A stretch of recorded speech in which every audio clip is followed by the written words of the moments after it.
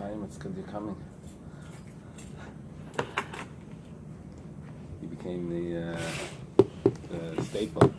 Eily.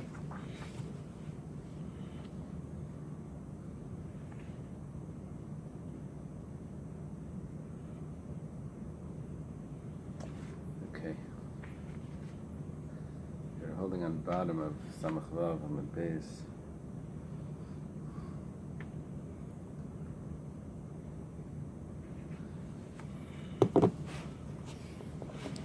Discussion. What's Rabbi Akiva's opinion regarding the Gizbar or the Beis Hamikdash doing Miruach? If that's considered like the whole thing, or it's just later on what's finished. So Is that considered? Does it pater the individual who buys it later from Meiser? That was the big deal, because the Tanakama held that the rest of that's what you're saying. The rest of the Omer that gets eaten by the community, could be eaten by anyone, is chayiv and chala, because they make the dough, and at the time that they need the dough, so then that's the chiyuv chala comes, and it's by belonging to regular people. However, the chiyuv of meiser comes when the grain is finished in the silo. It's when it's miruach, when it's smoothed off. So the Tanakama said that they're potter because that was done by hektish, and Rabbi Akiva said that it's chayiv and meiser. And so the Rav Kahana claimed earlier that Rabbi Akiva holds that miruach hektish ain't a pater. We disproved that. We disproved that with several questions on it. And now, Amarava Pshitali, see the Amarava? Pshitali the Miruach Hektish Pater. It's obvious to me that Miruach Hektish is going to Pater. If it's going to belong to the Beis Hamikdash, it's going to be Pater from Meiser. Va'afilu Rabbi Akiva Leika Machayev Hasam, and even Rabbi Akiva that says that the Shirayim of the Omer is Chayev and Meiser, that was because the money was only given for what it was necessary, which means only for the Omer. Only the part of the Omer that was used was donated. But if it would actually belong to Hektish, then it would pater. And Rava goes on, he says, what if a guy does Miruach?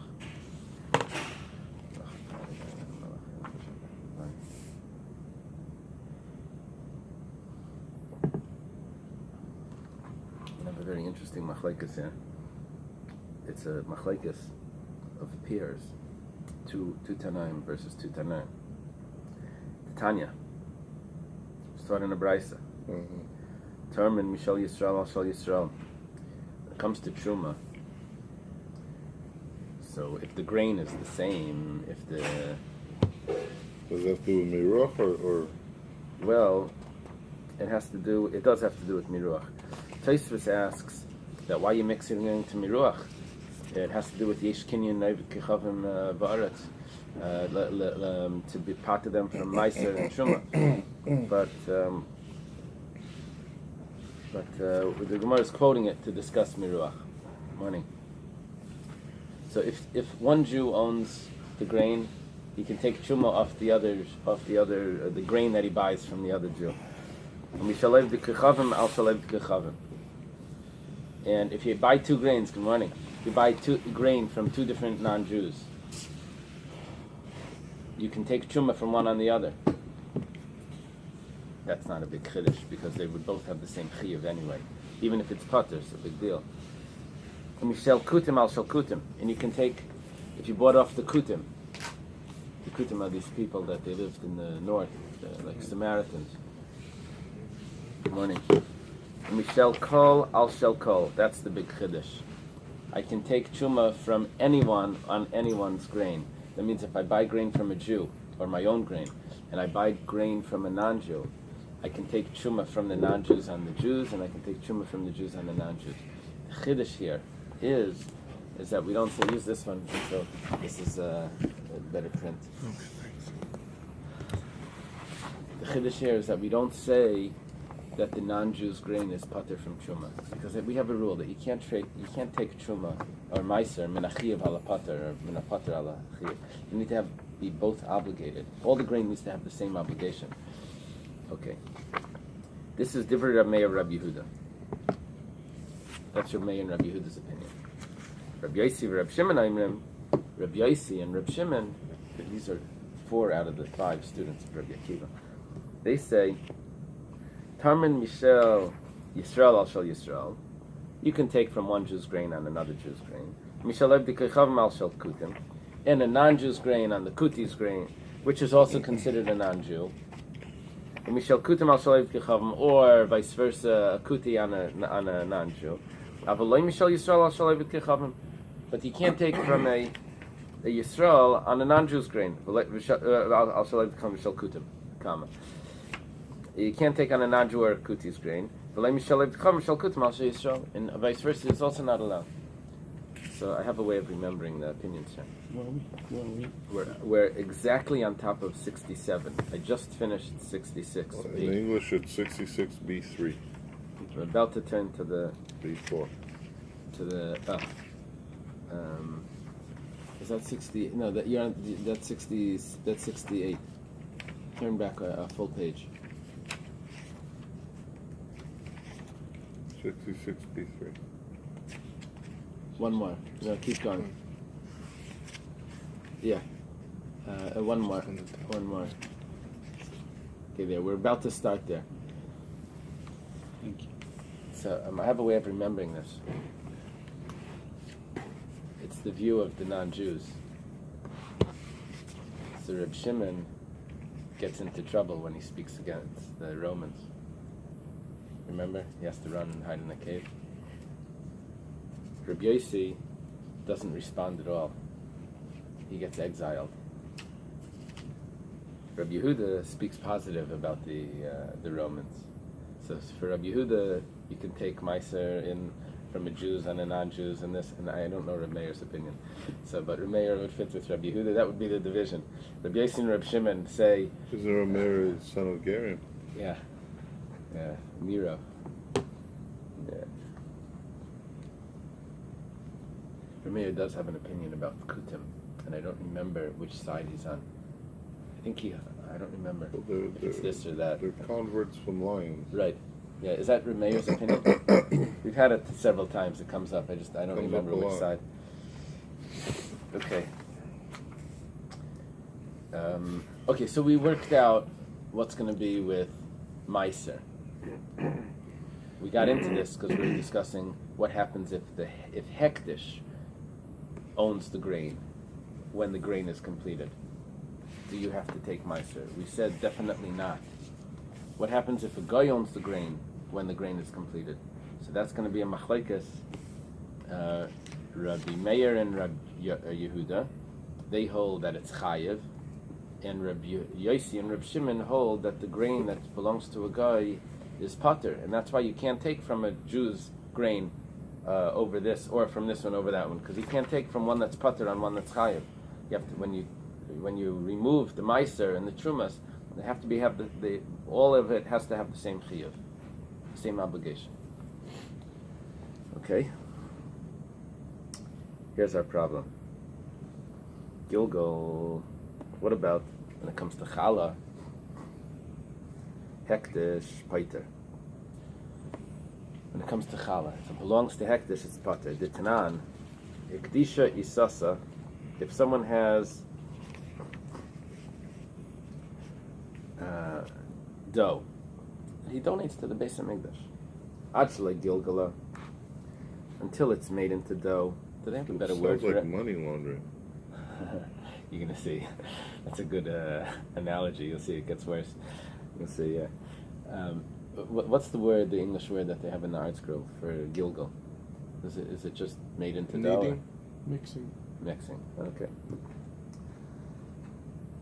If someone has a dough and he donates it to the temple, he sanctifies it. Actually, Gilgala, before it was mixed. Upadasa, and then he redeems it. He takes it back. So chayeves. It's chayev. Why? Because he's the one that mixed it. Misha Gilgala. Let's say he donates it after it was mixed to the temple. Upadas, and he takes it back. Chayeves. It's chayev. Why? Because he's the one that mixed it. After he mixed it, he donated it. So it's already chayev. It doesn't become pater just from donating. Hikdish Shle Gilgala. This is interesting. If he sanctifies it before he mixed it, the Gilgala Gizbar, and the person in charge of the temple mixed the flour with the water, made it into a dough, and then he comes along and says, "Oh, nice dough, I'm going to redeem it back, that dough that I donated. Here's the money for it, and give it back to me." Petura. It's exempt. Why? Because at the time that it became chayev, it was pater, it belonged to Hekdesh. Boy, Rava has the question. Listen to this. What's with the guy's dough? Misna Tanan. Misna Tanan means it was taught where we learned in a Mishnah. The word Misna, the tough and the shin is interchangeable. So it's like Shanino or Mishnah Shanino, something like that. Like ox is in Hebrew is a shar, and in Aramaic is a tura. So tough and shin is interchangeable. It's taught in the Mishnah. Gershin Iskayer, if a converts. They always point out Gershin Iskayer. It's not a Gershin Iskayer. It's a Gershin Iskayer. He says no, because his neshama was the neshama of a convert even beforehand. So he has a dough. Nasis Achlei Niskayer. If it was made into dough before he converted, butter. It was made by a non-Jew. Misha Niskayer. If he makes it into a dough after he converts, Chayev. Then it's Chayev. It was made by a Jew, right? He's a full Jew. Suffolk. Let's say he's going in the water, and he leaves his attendant outside to watch his things. The attendant mixes the dough. Belongs to the guy that's converting, and he's in the water. So when did you mix it? He says at 11:30. He says, well, I don't know if I was under the water at 11:30, if I was up. I don't know if before I went down or before. So it's a suffix. It's a chayiv. That's when he becomes a gerz, when he goes into the mikveh? Yeah.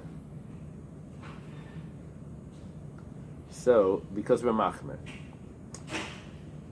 Now our question is, man katanila.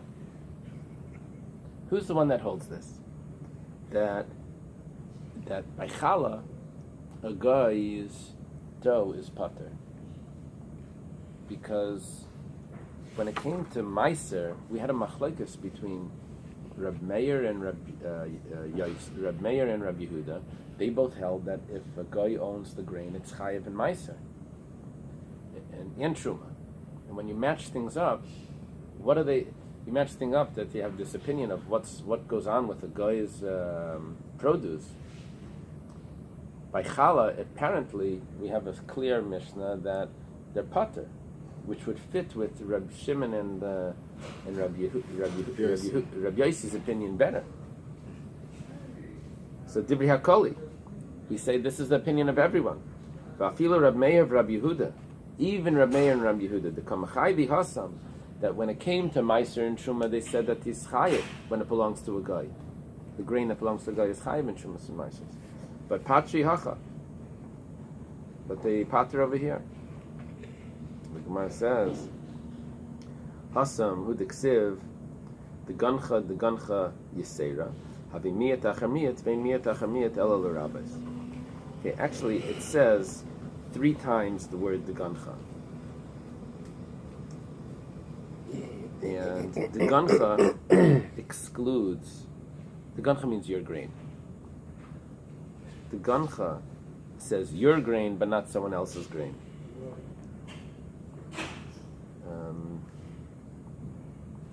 One is, it excludes, it's a different version here.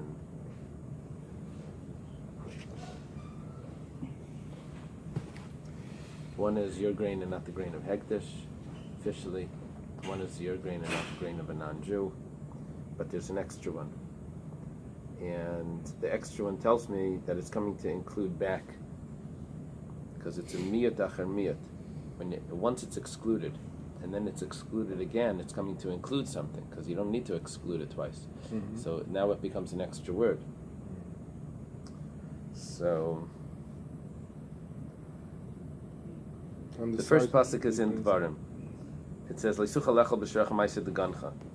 Then it says by ma'aser sheni that you'll take it to the place ma'aser degancha. And then it says by truma reishis degancha. So this is only by the grain. So that's where Rabbi and Rabbi Huda Machayev. Right.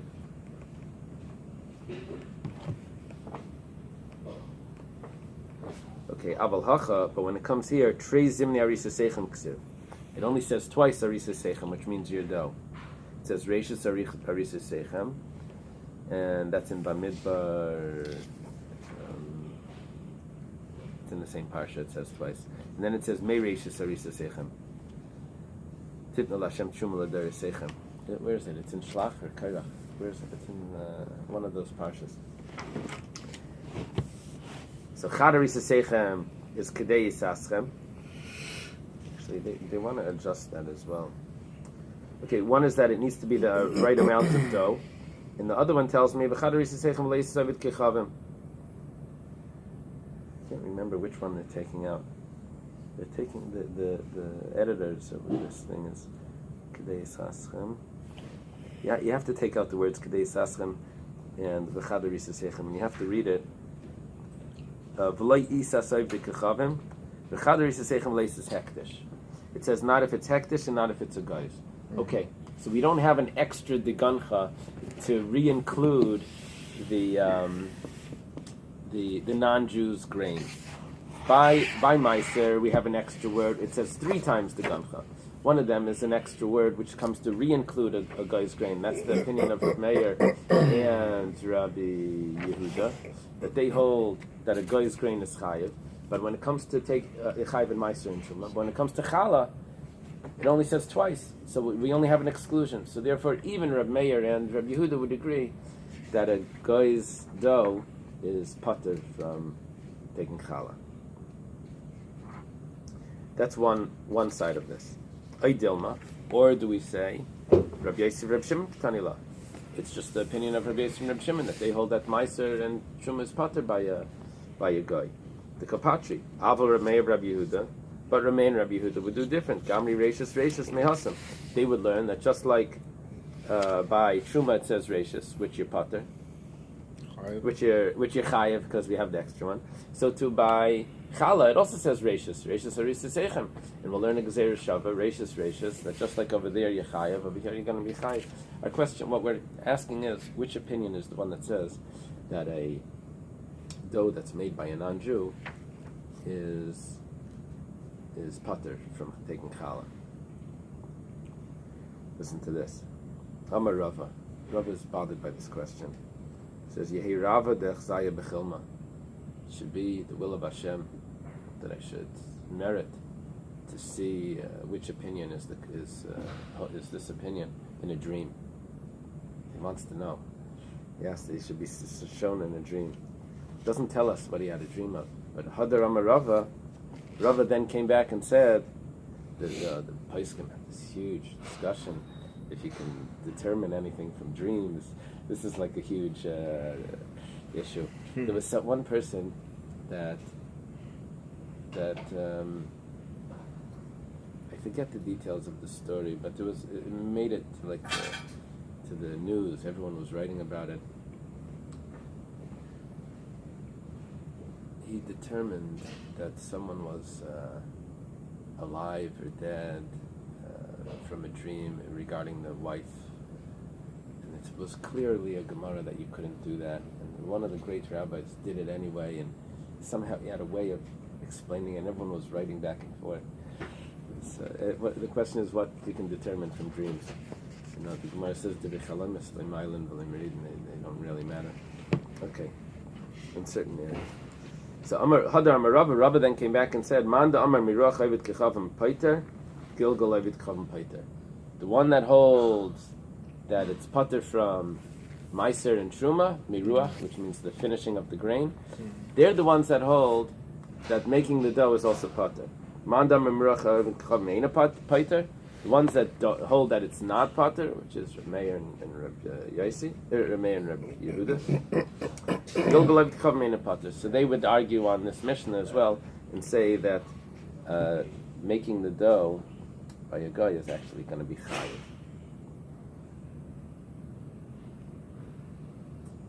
I work in the Besdin, and today actually I have to go. But we never ask them if they have dough sitting in the house. No? One of the things that we talk to them about, you have mezuzahs on your doors, you have to take them down, put them back up, kasher and kalim, bishalakim, there's things that we talk about. But we never asked, do you have dough that hasn't been baked yet, that's sitting there, that's or that flour that hasn't been mixed? No, if it would be mixed but not baked, then it would be pater from challah. Somebody asked, he puts tefillin before going to the water. Then he told him, put tefillin again. Oh yeah. Right? Was this someone that I was involved with? No. I heard from someone that they had to put it again, after the water. Right. Usually we say not to wear tefillin based on a radvaz, and there's a discussion about a ben nayach. If a ben nayach can wear tefillin, so they're considered a ben nayach for many dinim. But we say that they shouldn't wear tefillin. But sometimes there's like some doubts in their ancestry. There's three types of converts. Either they read the Bible, that's a traditional convert. They decided that it's or they found a spouse that's Jewish. That's also very, very common. And then you have the ones that have Jewish blood and they want to get back to it, and they think somehow they don't, the grandmother gave them a chain with the Star of David on it or something. Okay. All those three are acceptable, or are they? Or some are some are not. Well, the first one is for sure acceptable. The question is, how much do you push them away? So the third one is a discussion. Rabbi Soloveitchik from Chicago held that you're not allowed to push them away; you have to bring them back. And then the middle one is a very controversial area where they found the spouse. It depends how long into it they are. If they're already married and children, all of that, then we bring them close based on the Chuvas Rambam. The Rambam says that you can help them convert. If it's just the beginning, then you shout at them and say, "Go find a Jewish," because you can break it up if it's just possibly. Okay, Esvi Rav Papa LeRava. Rav Papa is a student of Rava, and Rav Papa asks Rava a question. And Rava just finished saying that there's a machlokes regarding if a non-Jew makes dough and then he converts, he doesn't need to take challah off that dough. He doesn't need to. So Rava said that was the opinion that holds that if a non-Jew owns grain and a Jew buys it, that you don't need to take trumas and maasros off that. However, the other opinion that holds if a non-Jew owns grain, you do have to take trumas and maasros off it. They would hold that if a non-Jew owns dough and converts, that you would have to take challah. So Rav Papa asks Rava, Ovid kachavim shehifresh peter chamar v'challah. Let's say a guy owns there's Rashi's version over here is that he owns a donkey and he separated a sheep for it. Places has some issues with that. Doesn't want to say that. He says it was just a donkey. And the firstborn donkey. And he also has challah. And he separates the challah. Challah, by the way, traditionally was, we just take a pinch. But really the obligation of challah was, if the person was a baker, he was supposed to give 1/48 of the dough. if the person was a homeowner, just a regular Bais, so he's supposed to give 1/24 of the dough. We just take a pinch out of whatever and, as a remembrance of the challah. But it actually had a size, like truma has a size. Truma was very close to the baker's challah, so the baker has to give less. He's probably doing so much, he has to give less. 1/48. Truma is 1 out of 50. Trei mimeya, 2 out of 100. Truma, the word truma is a compound word. Trei mimeya. So it's 2 out of 100, 1 out of 50. That's the average. A generous person would give 1 out of 40, and a stingy person would give 1 out of 60. The average would be 1 out of 50. So the non-Jew separated his donkey. He's like ready to give it to the kohen. He separates the challah. Medina says shupater v'chalasin nechelas lazarim. You tell him you don't need to. But do you accept it from him? Well, it could be a gift, but the idea is that challah has a certain sanctity. So that is We're saying it doesn't have the sanctity. There's an interesting thing that technically, if a kohen in Chutz La'aretz would go to the mikveh, we'd be allowed to give him chalas Chutz La'aretz, which is only a derabanan, and we don't do that. But it's discussed that would be allowed. Upeter chamar goizes va'ovid bay. Peter chamar, you can shear the hair of it, and you could work the chamar. It doesn't have any sanctity. Hot shumasa yasura. You didn't mention, what about truma? The fact that you left it out means that the truma would be forbidden. If a guy has truma and he separates it. Okay. Who holds that? That would be Reb Meir and Reb Yehuda. V'ha haitana the amar mirochev k'chav meina paiter. But according to you, you said, he's asking Rava, that Reb Meir and Reb Yehuda hold that challah is chayiv. We said challah here is pater. And you don't mention truma, which means truma is chayiv. So it doesn't match up. We want it to match up. The one that holds pater by truma holds pater by challah. The one that holds chayiv by truma holds chayiv by challah. He's asking, it's not symmetrical. It doesn't match up like that. The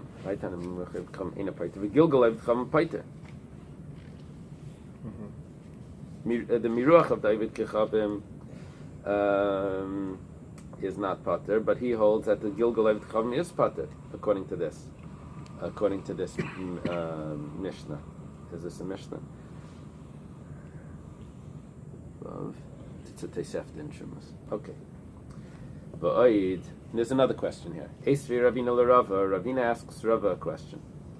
Ravina is much later, but it says chalas ovid kechavim ba'aretz. The challah, which is what's removed from a dough, from a non-Jew in the land of Israel, b'trumase b'chutz la'aretz, and his truma outside the land of Israel. Medina say shupate. We let him know that he's exempt. Chalasin ne'achelas lazarim. The challah is eaten by non-kayanim. Doesn't have any sanctity. B'trumase ein midamas, and if the truma falls into chulin, it doesn't make it into sanctified or considered a mixture. Okay, now we said two cases here. Hot trumase ba'aretz. But let's see, we said truma chutz la'aretz. What about his truma in the land of Israel? That would be asura midamas. That would be asur. Okay, so who holds that? Who holds that truma in the land of Israel is asur? That would be Reb Meir and Reb Yos and Reb Meir and Reb Yehuda. But the Tana that holds that Reb Meir and Yehuda that hold that the grain that's owned by a non-Jew is chayav in truma, Gilgal Eved Chavim Pater. They, according to this, holds that the challah in the land of Israel is pater. So it doesn't match. As we're trying to figure out, we only know Reb Meir and Reb Yehuda's opinion that the grain of a guy is chayiv in truma and ma'aser. We only know that. We only know that about trumas and ma'aser. We don't know what their opinion is about challah. Rava said it's the same about challah. Now we're seeing that even though they hold that it's chayiv by grain and shumas and ma'aser, we're seeing that when it comes to challah, it's actually pater. So this is a question on Rabbi. So the Gemara answers that what did we mean that it's chayav in Truma, and therefore it was going to be the opinion of Rabbi Meir and Rabbi Yehuda. That's midrabanan. When you hear this, you know why? Gezeira mishum bali kisim. Because people with pockets, what would they do? They would take their grain, sell it to a guy, and the guy doesn't have to take. They would sell it right before it was finished, and then you get out of Chumas and Maisers. Don't they do it now with Shviz? That's a big discussion. When they moved back to Eretz Yisrael in the late 1800s, early 1900s, there was a Shemitah year, and it became very difficult. They wrote back to Europe. They wrote letters back to Europe. Can they sell it to a non-Jew? And there was everyone was arguing. Rav Kook had his opinion, and the Ridvaz, I forgot his name, Walensky, he was a Rav in Chicago before that, and they left him. He wrote on the Yerushalmi. He lived in Tzfas. A very strong opinion against it. Then they have the heart of Steph Chaim in Eretz Israel, or Chaim Yosef, I'm not sure.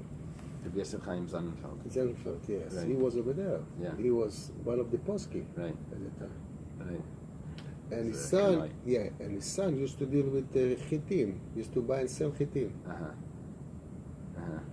The discussion involved: are you allowed to sell land in Eretz Yisrael to a non-Jew? Over there, you have a separate issue. You're not just selling grain. It's just, if it really works, it's based on this Tosfos here. When we started learning, we said Mirochev Kacham Tanaihi. The Tosfos asks. So you mentioned, is it only about Miruach? Maybe it's about if they own the land. If a guy owns the land, what happens? Yesh kinyan. Is there a kinyan of a guy in the land of Israel that will remove the sanctity of it, and then it won't be chayav and meiser? That's the discussion. Okay. The Gemara now asks. What did they say? They said that for Pesach they sell the chametz. For Shemitah they sell the land, and then Yom Kippur they sell the stomachs. Sell your stomach to a guy so you can eat. Okay. That's a joke. You can't do that. So your virus. The problem is, ihachi, if that's the case. Virus we give them. We give them for free. Free, no money, man. Take it.